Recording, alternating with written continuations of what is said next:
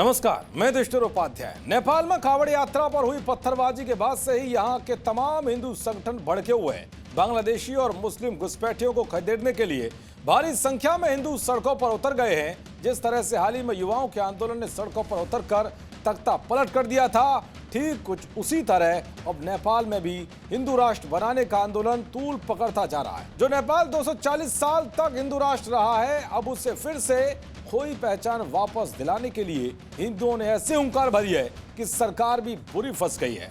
ऐसे में सवाल यह है कि क्या सरकार नेपाल को हिंदू राष्ट्र घोषित करने के लिए संविधान में दोबारा बदलाव करेगी? क्योंकि लगातार नेपाल में समीकरण बदलते हुए दिखाई दे रहे हैं। अब अचानक से नेपाल में एक ऐसा धमाका हुआ है कि जिसने सरकार को भी हिलाकर रख दिया है।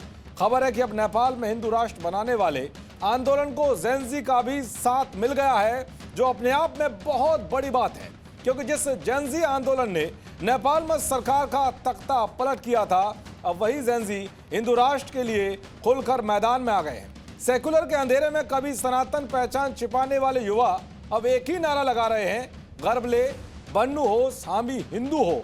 यानी कि गर्व से कहो हम हिंदू हैं का जय घोष हो रहा है। गौर करने वाली बात तो यह है कि शाही युवा शक्ति नेपाल की ओर से हिंदू राष्ट्र और राजशाही के समर्थन में चलाए जा रहे हस्ताक्षर अभियान में अब तक 18,54,000 लोगों ने ऑफलाइन और ऑनलाइन हस्ताक्षर कर अपना समर्थन दिया है। संगठन ने देश की 80% आबादी तक पहुंचने का लक्ष्य रखा है। हिंदू सम्राट सेना, महाकाली युवा शक्ति और हिंदू युवा संघ के माध्यम से युवा हिंदू राष्ट्र के आंदोलन को उधार दे रहे हैं। युवाओं के इस आंदोलन में कूद जाने से बालन शाह सरकार के सुर बदलते हुए दिखाई दे रहे हैं। उनकी सरकार के कुछ नेता और मंत्री जेन-ज़ी के इस आंदोलन का समर्थन कर रहे हैं। कुछ राजनीतिक दल भी अपनी नीतियों में परिवर्तन कर युवाओं के इस आंदोलन के सपोर्ट में उतर आए हैं। पूर्व प्रधानमंत्री शेर बहादुर के काठमांडू में आयोजित नेपाली कांग्रेस के सम्मेलन में मैं हिंदू का जय घोष करने के बाद इस आंदोलन ने और जोर पकड़ लिया है।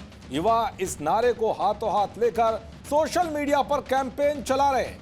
कई युवाओं ने सनातन धर्म ध्वजा के साथ अपनी प्रोफाइल फोटो भी अपडेट कर ली है। देवानगंज में हुई हिंसा के बाद नेपाल के संयुक्त हिंदू मोर्चा और दूसरे संगठनों ने नेपाल से हिंदुओं को बाहर करने और संसद में हिंदू राष्ट्र बनाने का प्रस्ताव लाने की मांग कर रहे हैं।